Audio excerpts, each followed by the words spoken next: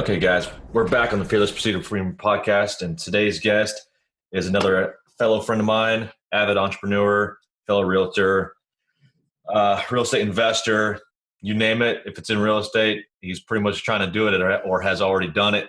Welcome, Jason McDougall. Hey, Thank you, Jason. sir. How's it going? Pretty good, pretty good. Awesome. Me and you have known each other for a little bit of time, kind of met through Facebook, and then we did a deal together as realtors. Yeah. I brought in a California buyer that was interesting. We had a seller that was interesting, and we made it work. And yeah, that's kind of how a relationship started. And then we ended up on a cruise in the Caribbean. That's right. That was cool. Yeah. So let's introduce you to everybody and all the interesting things you do in life in regards to real estate. And then we'll just kind of go from there. We'll go. Okay. Sounds good. So my main focus right now is wholesaling. I started doing that in 2015 and quit my job in 2016 to do that full time. And that's kind of been my focus, was lead generation. And then after doing wholesaling and flipping for about a year and a half, I was like, man, this is a job. You got to get the next deal or else you're not getting paid. And I really didn't like that. So I was like, you know what? I've got to find a way to create some passive income for myself. That way, if there's a bad month or if I just don't feel like working, I don't have to, and it's not a big deal. So that's what really pushed me to start getting rentals and notes and stuff like that to create some passive income. So that's kind of been my focus ever since, I guess, January of this year. Yeah, I was gonna ask you is I don't think from what my knowledge you've been really focusing on the rentals, but you've acquired what, 9 now? Yeah, we've got 9 rentals and 2 notes right now. Nice, nice. So those notes that you've created or bought? Created those. They were properties that did not fit the model for a rental. So we made them an owner finance note instead. Awesome. So I think most of the people listening would understand what that means, but mind giving a 3-minute conversation on what an owner finance and note is and Yeah. how you're able to profit off of that in the long term? Yeah, for sure. So I'll kind of break down the latest one we did. So we had a property for $75,000 in Arlington, and the market rent on it was like $1,250 or $1,300. But this house needed like $30,000 in a full rehab in order to get it to the market rent. It just needed lots of foundation work and stuff. So the numbers didn't make sense to keep that for a rental, but it made sense to keep it as an owner finance opportunity. So we bought that house with private money for 75 grand, and we put no money into it at all. And the very next day after we bought it with the private money, we refinanced it to get a bank loan on it and got the bank loan in our name. Once we did that, we were able to sell the house to an end buyer, and we create another loan to the end buyer and wrap the bank loan that we have. So the terms of the bank loan were, I think it's like a 20-year loan with 6.5% interest. But when we sold it to the buyer, we wrapped that with 30-year loan at 9.9% interest. So we got a spread there with interest each month, but also we bought the house for 75. We refinanced it for 90. So we took out 15 grand after we refinanced it just to put in our pocket. And then we sold the house for 130 and took another $15,000 down payment when we sold it. So we took out gross 30 grand, but there's expenses in there and all that. But we pocketed, I think, 17 grand after it was all said and done, and $300 a month. And that's what the note is. So that note is for 30 years with that buyer that they're going to pay us each month. Awesome. That's cool. So how did you, and I feel like I know what you're going to say, but how did you go private money and then the next day after closing, go to the bank and they were able to refinance you? It's all about relationships, man. So I knew you were going to say relationship. it is, yeah. So the private money is key. Being able to do that and have 100% financing on the front end. Yep. And being able to find a bank that's like, they'll lend on the as is appraised value. So a lot of them will lend on the as is appraised value. Some lend on your purchase price. Mm-hmm. So I was able to make a relationship with a bank that lent on the as is appraised value, and they also had no seasoning requirements. So they're like, we don't care if you own the house for a day, we'll refinance it and let you do a cash out refi. Really?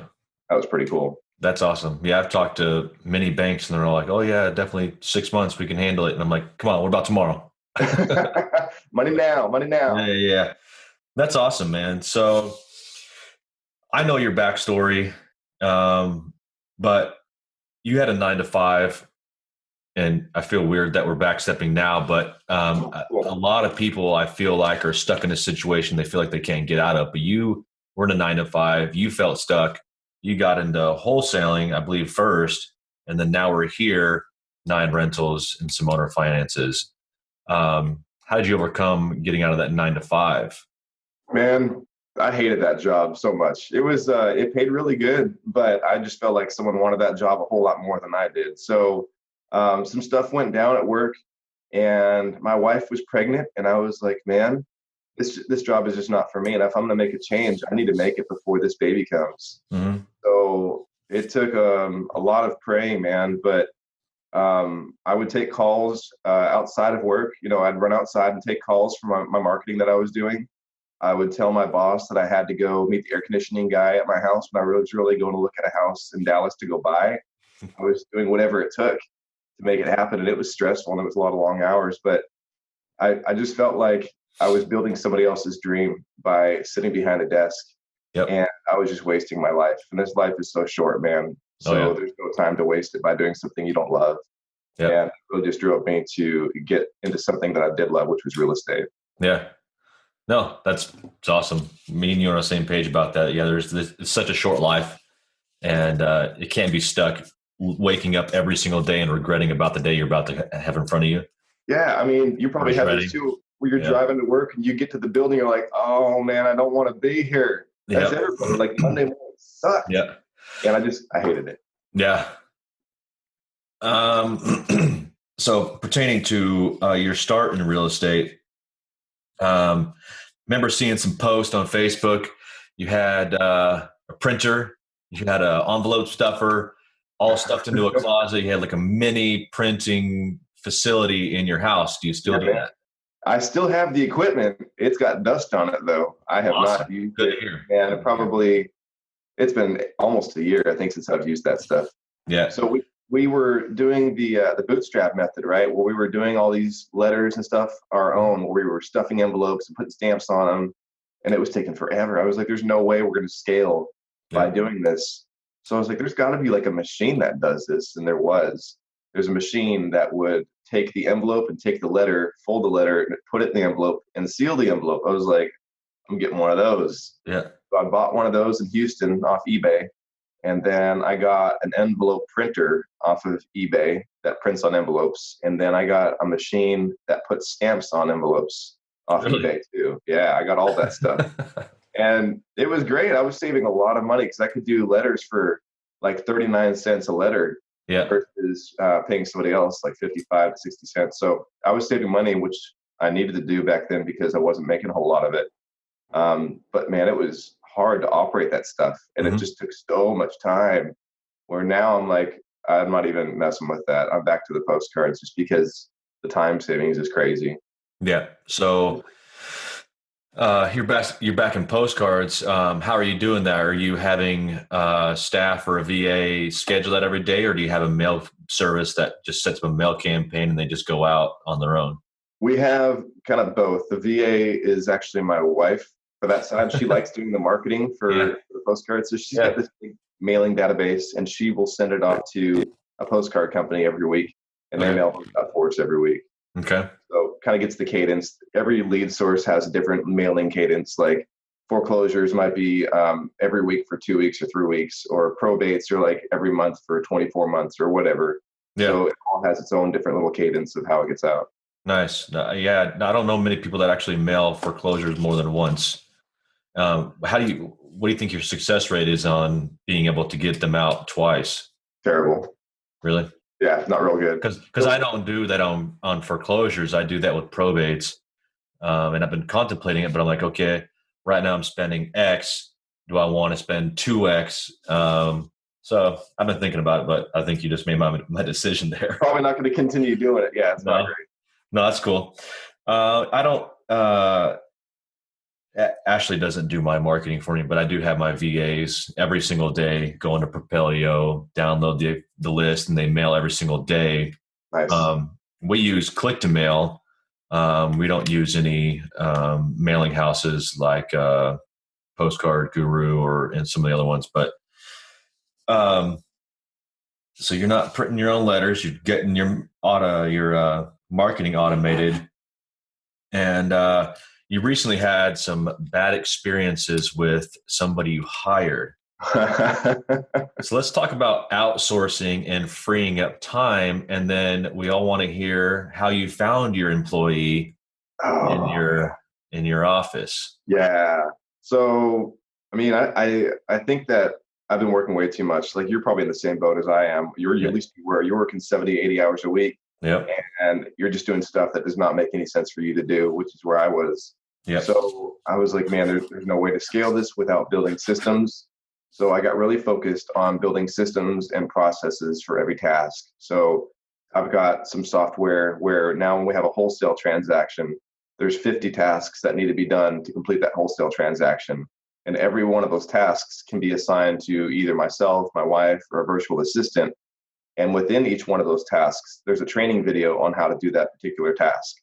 That way, if one VA just starts sucking, you got to hire another one. You just plug them right in and assign the tasks to them. And they're trained up from day one because they've got training in place. Yeah. So I had built all this, and I was like, I really need an in-office assistant because I need someone to answer my phone calls, to make my outbound phone calls for follow-ups and all that stuff, print out contracts for me-to-one appointments. So I went on Indeed and did a phone interview with like 13 people. And we finally did an in-office interview with one girl. And I was like, man, she's a rock star. She's going to be great. She's high energy, really high energy. And she was motivated, right? Yeah. So we get her in here and she worked out really good. She was doing a good job. Then I had in my little break room area, I have some air duster, the duster spray you spray off computers with. Yeah. I had 3 cans of that in there, had it for years. And I went in there for something and I saw there was 2 cans in there. It's like, man, where did that 3rd can go? I don't remember like going through a whole can of air duster. But I was like, whatever, no big deal. But mind you, like the entire time, this admin was in office when I was out running appointments or whatever. I'd be gone for like 4 hours a day and she'd be here by herself, supposedly making marketing calls for me and skip tracing or whatever. Yeah. But one day, the day after 4th of July, I came in and she was here and I was just standing here like I am now. And I heard this big thump in the office next to me. I was like, what is that? What did she drop over there? And I went over there and she dropped herself. She was passed out on the ground because she was huffing air duster. So I walk in and this little can of air duster is just rolling across the room. I'm like, what? And I picked it up and it was freezing cold. I'm like, oh, dude, this girl was getting high. I started shaking her and stuff and she wasn't waking up. And then finally she came to and I was like, what just happened? She was like, well, I don't know. I was like, well, you just passed out in my office on the ground and this can of air duster is cold. You were doing something with this. And she was like, no, I was going to go dust out my car. So either way, she wasn't dusting out her car. She was dusting out her lungs. Yeah. And she passed out. So I fired her, but I had created all this training and all these tasks.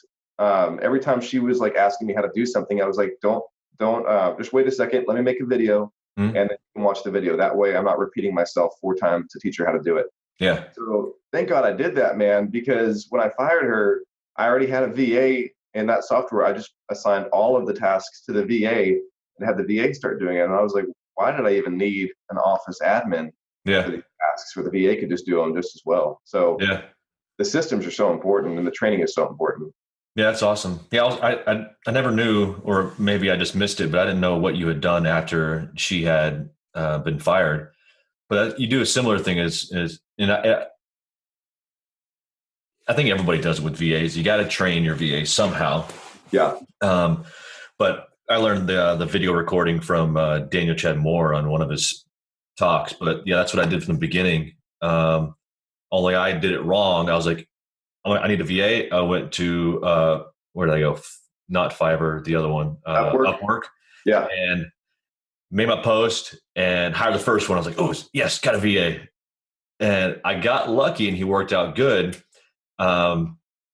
but I don't recommend that. I think you should definitely screen at least 10 to 15 of them.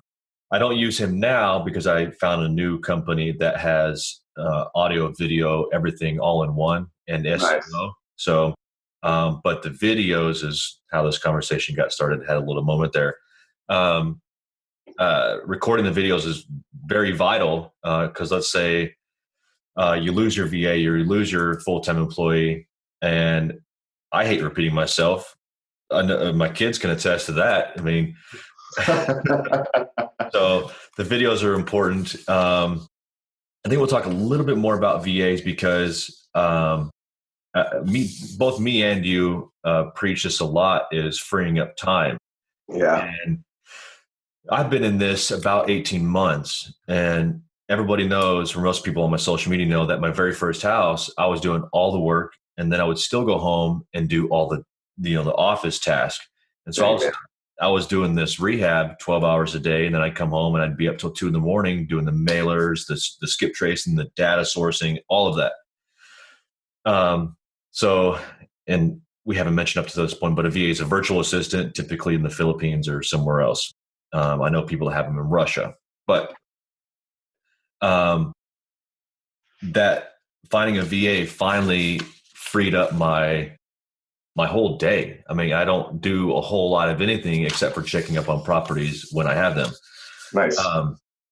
But it's been good. I mean, I spend honestly, I don't know, but $4 to $9 an hour, depending on the task, because they're doing my SEO as well. But $4 for the small clerical items like data sourcing and skip tracing. But anyhow, more of the story is it saves me about 3 to 6 hours a day in just tasks that aren't a high dollar task. Yeah, absolutely.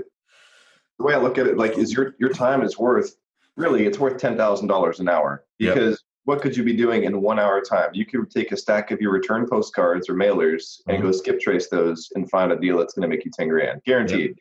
Yeah. So if your time is worth $10,000 an hour, you got to find a way to outsource all the stuff that is not going to make you 10 grand. Yeah. Here's one of my vacant returns I skip traced. So that's my to-do list today. Is right there. See, it says deceased. That's a good one. Yeah. So on those ones, since you brought it up, I get those quite often. And are you skip tracing known relatives?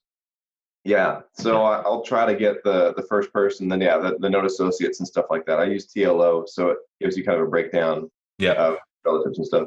Yeah, same here. Okay. Before we dig into the topic I really wanted to talk about with you, passive income, you and your wife work together, and I know a lot of couples want to achieve the same thing. How do you guys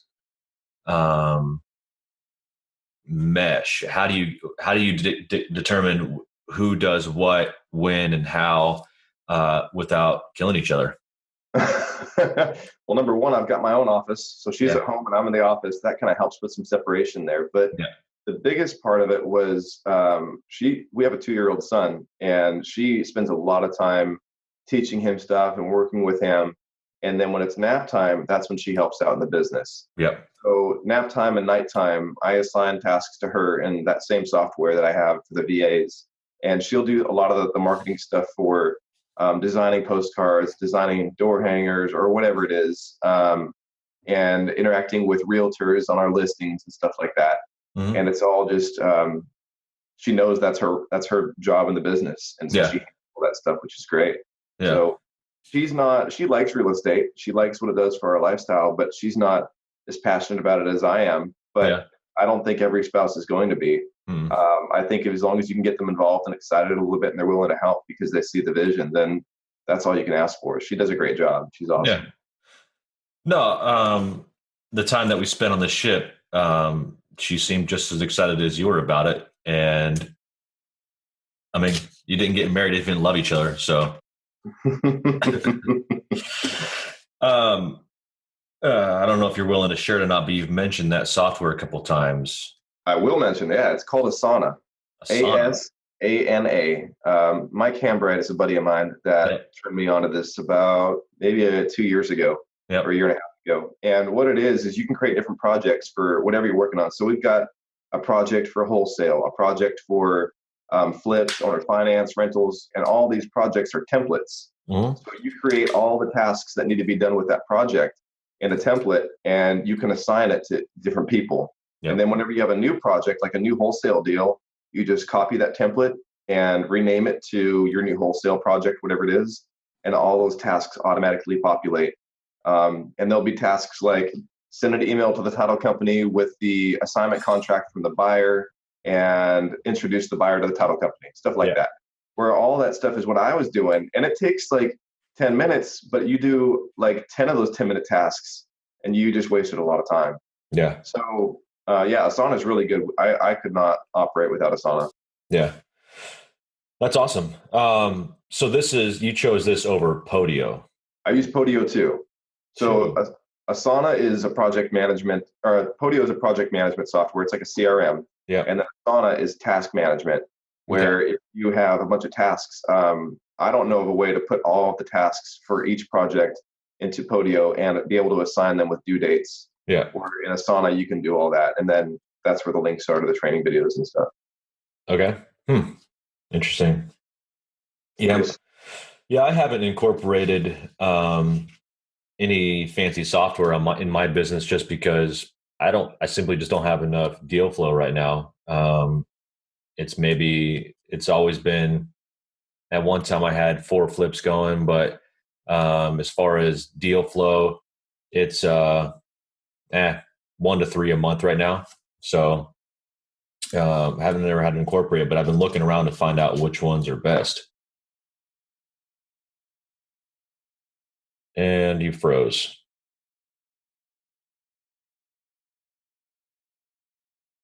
So did I.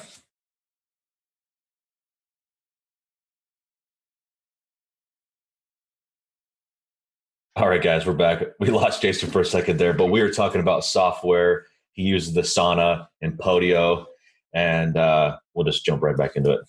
Yeah, so with Asana, man, like you can do different things with it, not just for wholesale marketing or for wholesale tasks, but like I've got a project that says marketing, and it has all these different tasks of different marketing things I want to do. Like I want to do Facebook ads. I want to go talk to senior nursing home centers and go talk to them about buying houses. So there's all these different like tasks that I need to complete in order to do marketing. And you can put all that in there. It's just kind of a place to store all your ideas too. And then you can assign due dates to them to hold yourself accountable to get it done. And I don't remember the name of it, but there's a new CRM you're talking about on Facebook the other day. Beast Mode? Yeah. That's Podio. So that's the system I use for Podio. Oh, so that's just one of those integrated it's like attachments. Yep, it's a done for you Podio system, and it's geared highly towards wholesaling. So I've used a couple other systems, but that one I just feel like is the best for my business. Yeah. No, Corey Moody jumped on that, and he says he loves it too. It's awesome. That's probably what I'll do. I hear recently in the past 2 weeks have doubled my marketing. Nice. So we'll see where it goes. Yeah, buddy. What are you using? You're using just a basic Podio? I'm honestly not using anything right now because my deal flow has just been so small. And then I was thinking, well, have I been, stabbing my own foot on follow-up? And I know I have let the ball down on that. But if I think back to the leads that I have had, they've all either just died and they're done and there's no point to follow up. Either they have gone into foreclosure or they listed or whatever. And then I think about, there's probably a few probates I probably should have put in the CRM. But that's my next to do now that I've automated a lot of the headache is getting a CRM. And Asana, I've never heard of that. I didn't realize there was 50 tasks to get done within a wholesale deal, but I guess if I think about it, there probably is quite a few things. Yeah, and like there's just a task to email the seller and send them a request to fill out a review on our Better Business Bureau page. Like there's a task. So the VA sends them an email and it's got the email template in there and it shows where to find the seller's email address within Podio. Yeah. It just makes it easy. Make sure that everything happens like it's supposed to. Yeah, that's awesome. I'll definitely look into that one. And then the beast mode is likely what I'll jump into, just because I know so many people using it now, and it seems to be what everybody likes. Thebomb.com, man. Cool, cool. So let's talk about the reason everybody wants to talk to Jason McDougall, passive income, the king of passive income. Oh, I don't know about that, but I'm trying. In passive income, I think everybody's going to define it a little bit differently, but passive income to me, and I feel like to you, is money that comes in, or quote unquote mailbox money that you don't put a whole lot of time into or no time into at all. It just kind of comes in. Yeah. What are your forms of passive income? And this conversation could probably last for hours, but which ones do you do and which ones do you prefer? And we'll dig into a little bit about all of them. We've talked about wraps and owner finance, but which ones do you prefer? I prefer rentals is my number one. Mm-hmm. Well, that's not true, actually.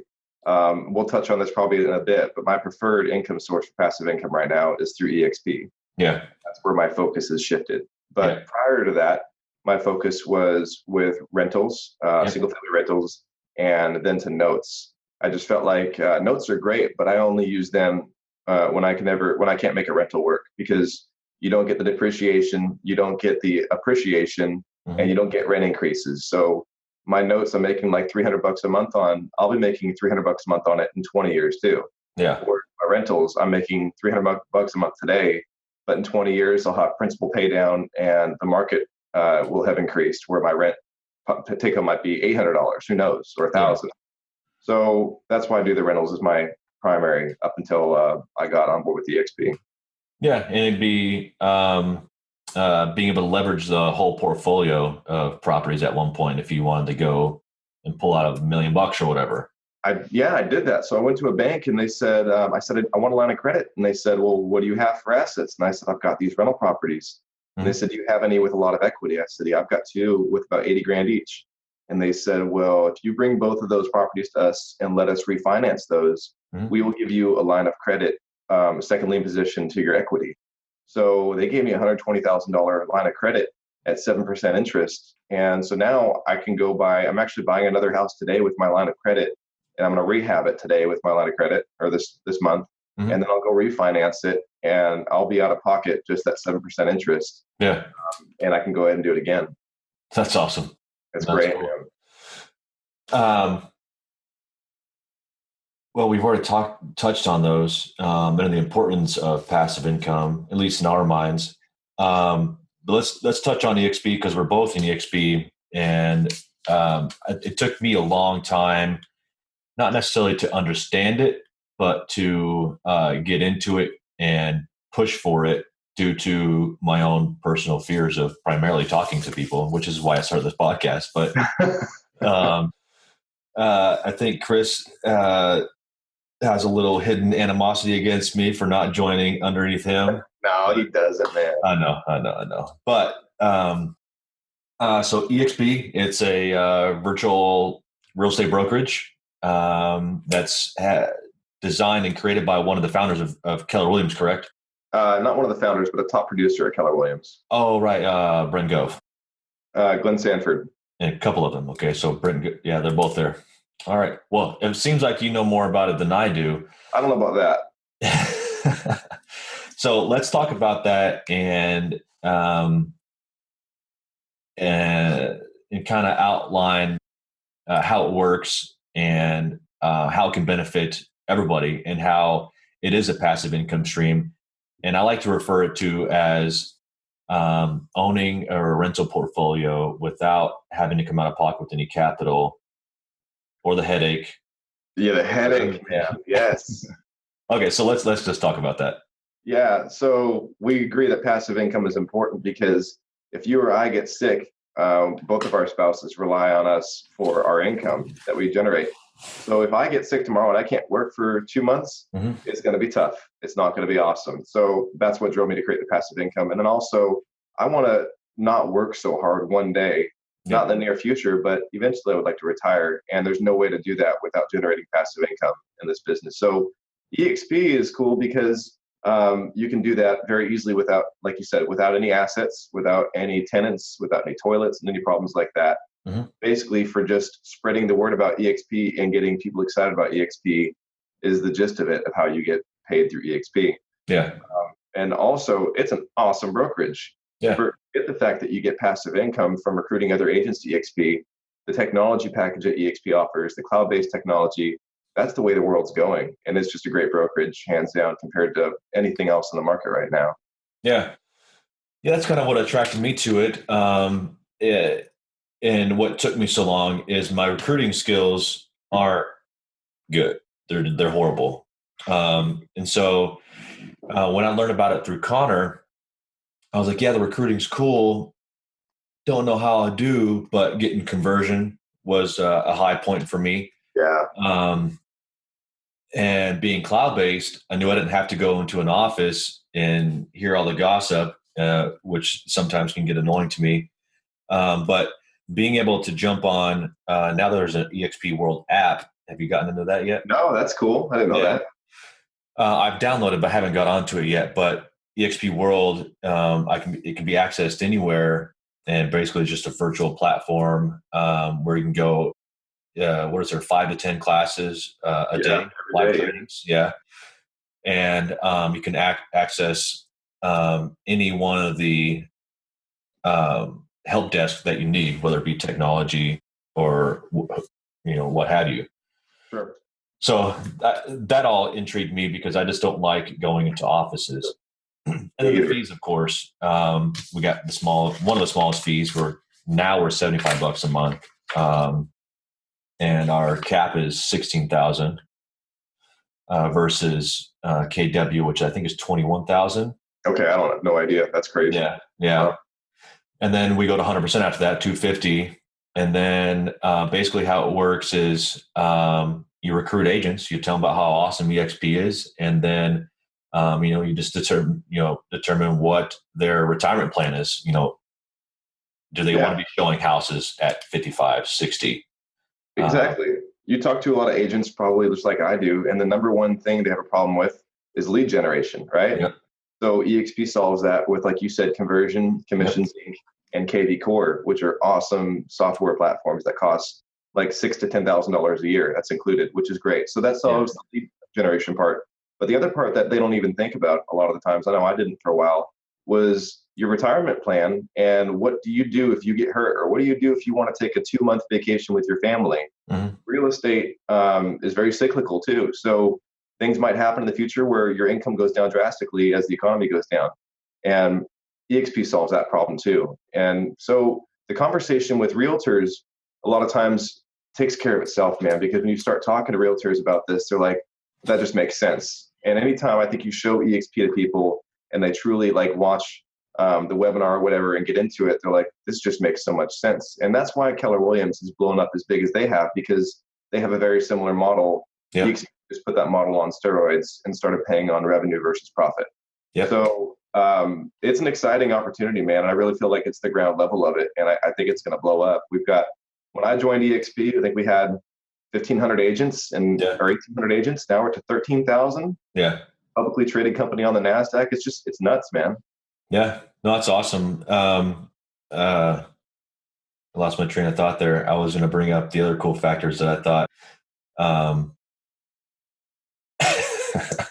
There's a lot of them. That's okay. No, that always gets me.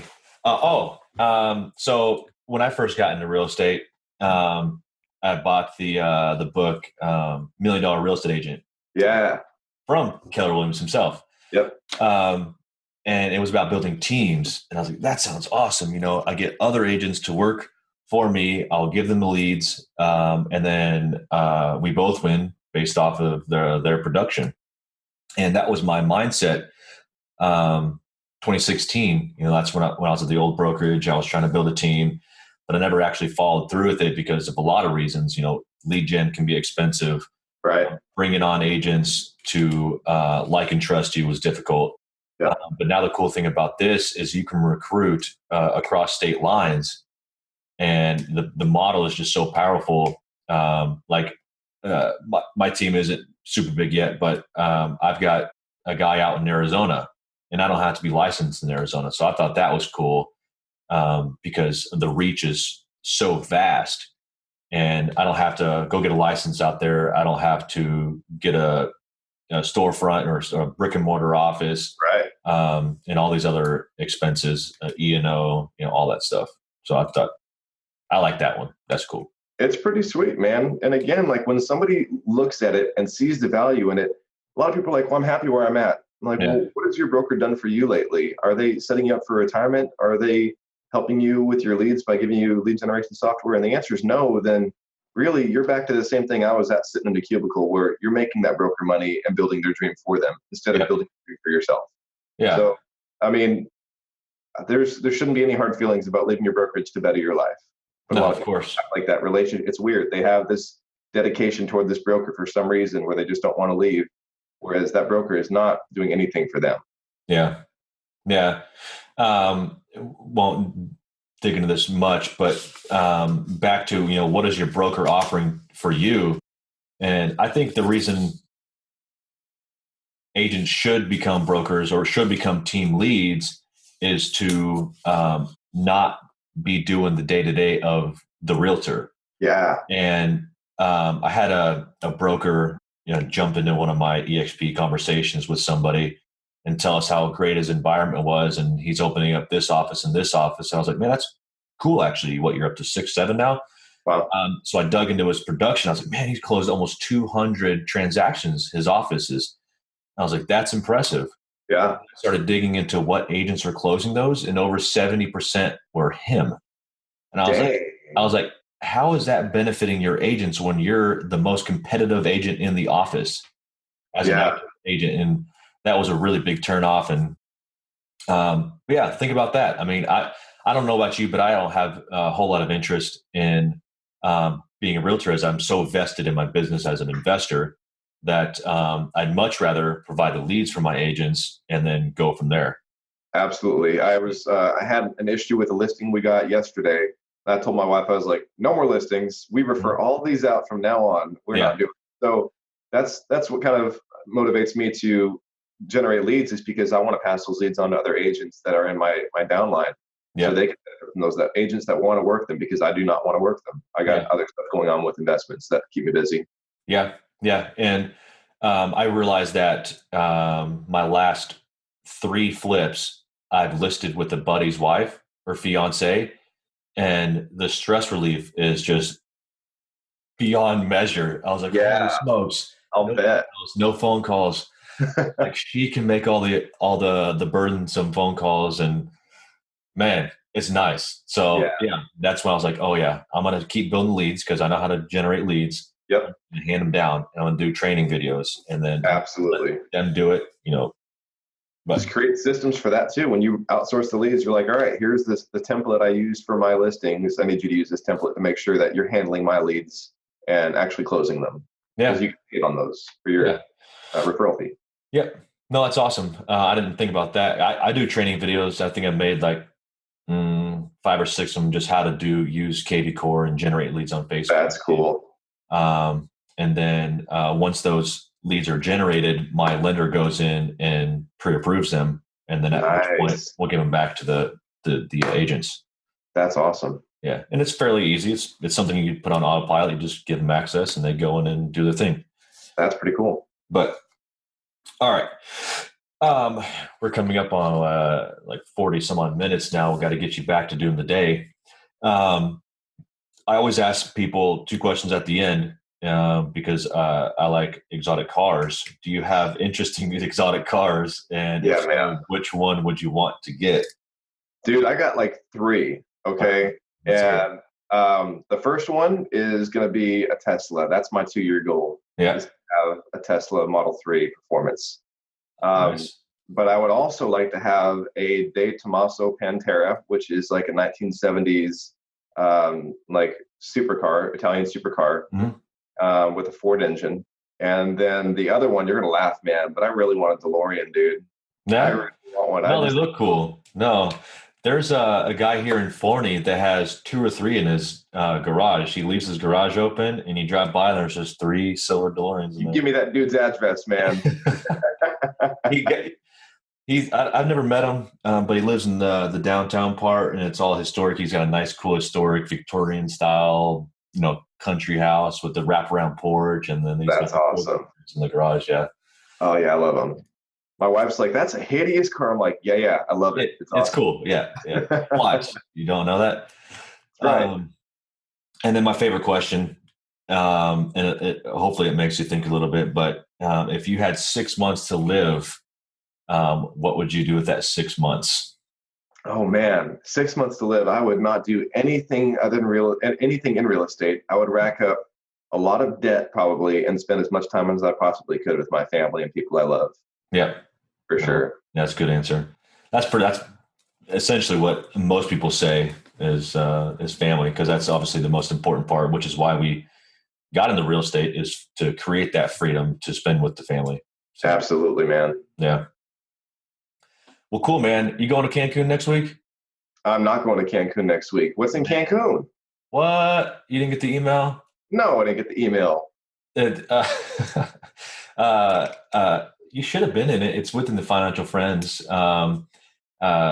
Quincy, John Heyer, Rich Lennon, everybody from the cruise going to Playa del Maya. A resort? Yeah. It's Hideaway. Oh man. Yeah.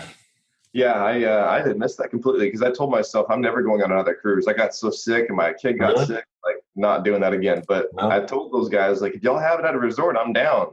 Yeah. So I missed the memo on that. Man, I'll have to throw you in the email chain, see if you can't make it happen. But cool. I think we covered everything I wanted to cover, most importantly, passive income. So if anybody wants to get a hold of Jason McDougall, how is your preferred method of communication? Facebook Messenger is probably the best way. Okay. Find me on Facebook, or you can email me, jason@nexterahomebuyers.com.